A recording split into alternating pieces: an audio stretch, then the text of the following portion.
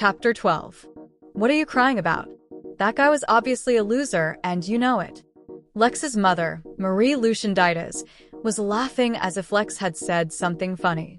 Mom, he worked for the government, he... Exactly. Marie took a breath. Even Kaeron says he's a loser. She got in close and whispered, You do know Kaeron's a wanted man, Lex. Who? Kaeron or all the men you dated when we were kids. That was before I got off, you know. Marie said, trying to use her sickness to garner sympathy from Lex. It had become their normal whenever they talked. Lex would try to call her mother out about all the shit she put her and Kaeron through as kids, and Marie would guilt her into changing the subject by using her sickness. It worked. Abraham was scared shitless when you pulled that knife on him. She laughed weakly. Yeah, la slur. Mom. Lex stared at her mom, who had begun looking at a spot on the floor intensely, and saliva started dripping down her mouth in little globs. Mom. Her mom spasmed, and then she snapped back to attention. Yeah, he almost pissed him. Self. She laughed as if nothing had happened.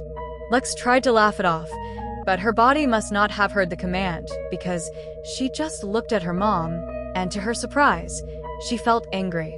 She had known that the effects of all the drugs her mom took would eventually start getting to her, but doing it now, when she had decided to be a mom again, when she was clean again, it felt as if her mom was trying to hurt her, to ruin her one final time, and Lex just wanted to scream and scream and scream until she didn't feel like this anymore.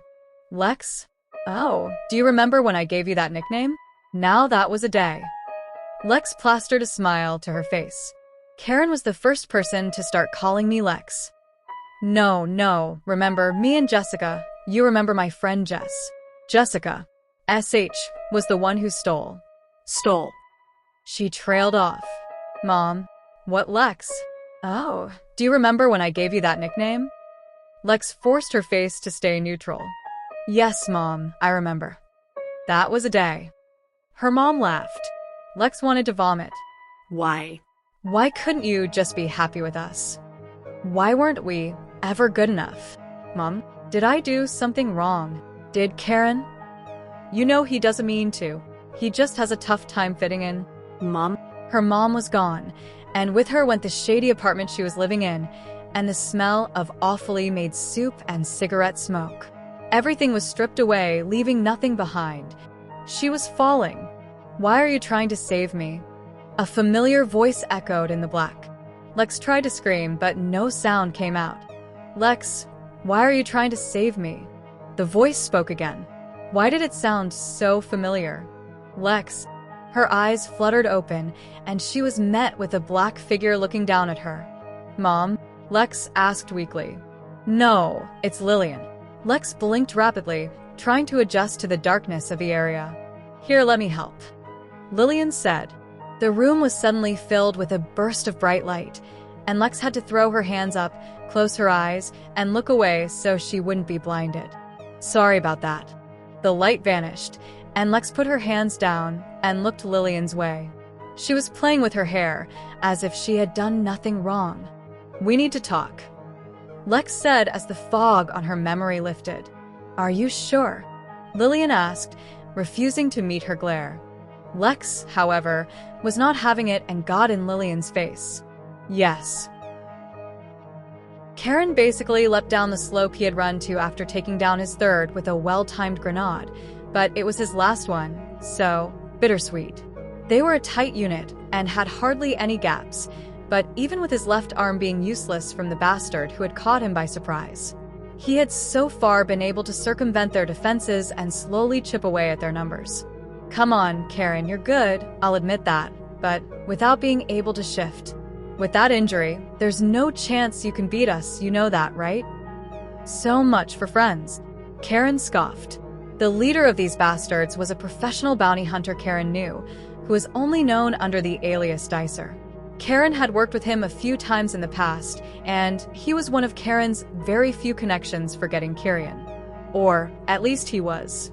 Now, he was trying to hunt Kaeron down like an injured dog, but what Dicer didn't know was for putting his sister in danger, Kaeron would move the world itself to end him and his team of cannon fodder, slowly and if possible, very, very painfully, even if he couldn't shift.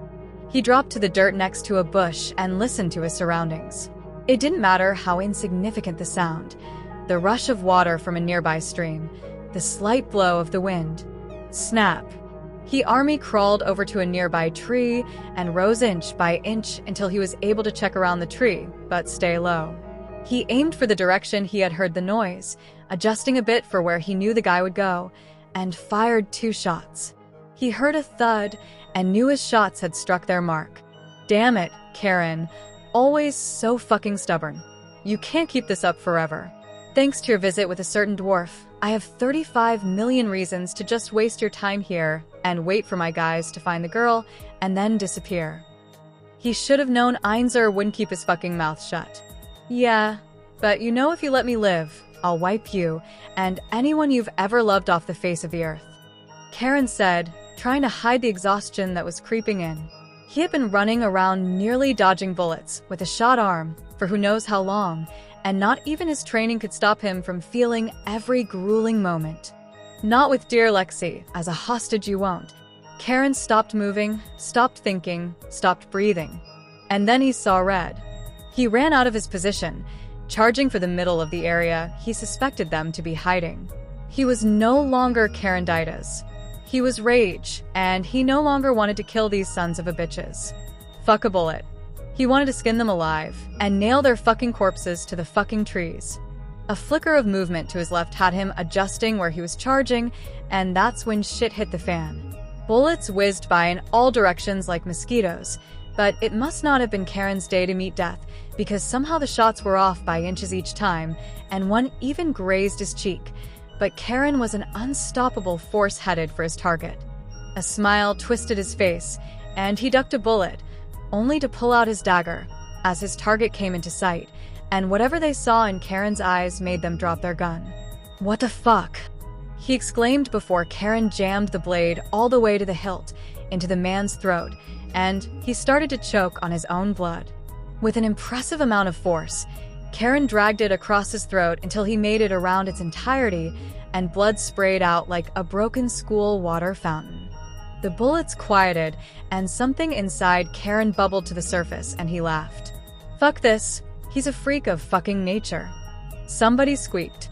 The sounds of his enemy retreating had Kaeron going feral. Were they crazy? The hunt had begun, and there was no stopping until he had killed everybody, or they killed him. No. Stay in position, you idiots. Kaeron moved like the wind. Dicer had messed up letting him get a trace on his voice, and Kaeron was going to enjoy ripping him to shreds for it. It would almost make up for losing the runners. Almost. He darted straight for the tree in front of him, and he and Dicer's eyes met, and it was obvious that Dicer was shitting himself. Good. Bang. There was a new hole in his shot arm, but Kaeron pushed forwards. They would need more than a sniper if they wanted to stop him, especially one so obvious.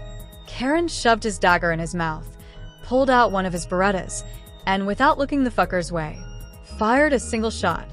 He heard the bastard drop from the tree he was perched in, and he felt robbed. That was one less person he got to torture. Look, Kaeron, man, I was.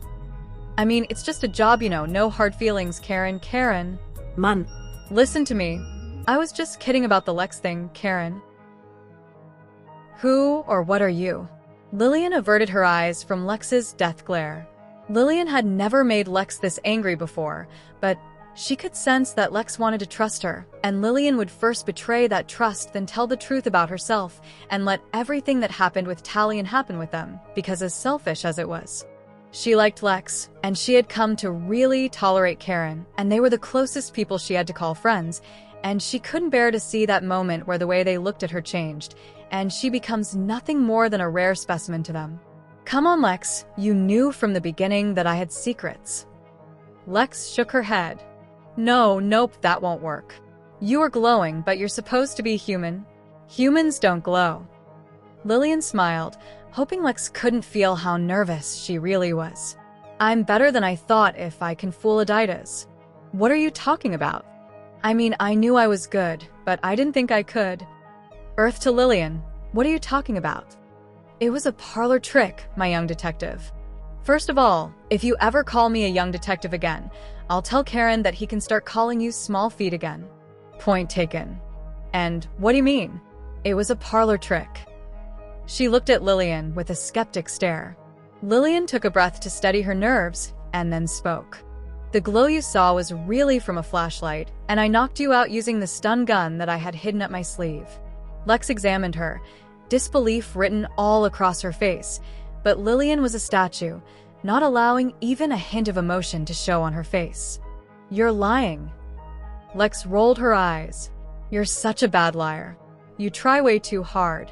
So, what really happened in that forest, and don't say nothing because I swear to Vulcan Lily, I will march straight to Kaeron and tell him everything. No, I swear, I'm telling you the truth. Lillian said, pulling out a flashlight and a stun gun. See. The anger on Lex's face subsided for a moment, but it quickly returned. I don't believe you. For all I know, you could just conveniently have those two things, or maybe you frickin', I don't know, teleported or something. Lillian burst out laughing, and it wasn't an act. She couldn't help but imagine herself teleporting around like some kind of superhero. Maybe then she wouldn't have needed saving from Talion. It's not funny. Lex seethed. No, you're right, I'm sorry, but Lex, don't you think if I had abilities, especially an ability that actually allows for its user to move from one place to another, that I wouldn't have stayed caged to that monster for so long, or at all? Lex lowered her head. Okay, so you didn't teleport, but come on, Lily, I'm going crazy over here. What could be so bad that you can't tell me? I thought we were friends. Stop asking, stop asking, stop asking. Lex, drop it. I don't want to talk about it. Ever. Okay. She flinched. Fine. Whatever. Ladies. Lillian's head shot towards the opening of the hollowed-out tree they were staying in, and there in the entrance stood a short buff man in military camo green clothing from his head to his toes. He aimed his pistol at Lex. Don't do anything dumb, or I'll have to do something unpleasant to your friend over there. Lillian's body locked. She had no choice. Even with a goddamn stun gun in her hand, she still couldn't do anything. That soul-crushing feeling of uselessness that she had been becoming close friends with, as of late, snaked up her spine. The sick sound of bone being sliced through like butter echoed in her head. The man's head went flying until it hit the wall and rolled in front of her. Good job, Lamb. Next time. However, maybe stop making out with my sister long enough to make sure that the area is safe. Kaeron said, emerging from the shadows, and something about it reminded her of the first time they met, but this time, he was already covered in blood. A sickening thought almost knocked her to her knees. If Kaeron ever figured out what she was, he might not enslave her, nor even leave her. He might kill her.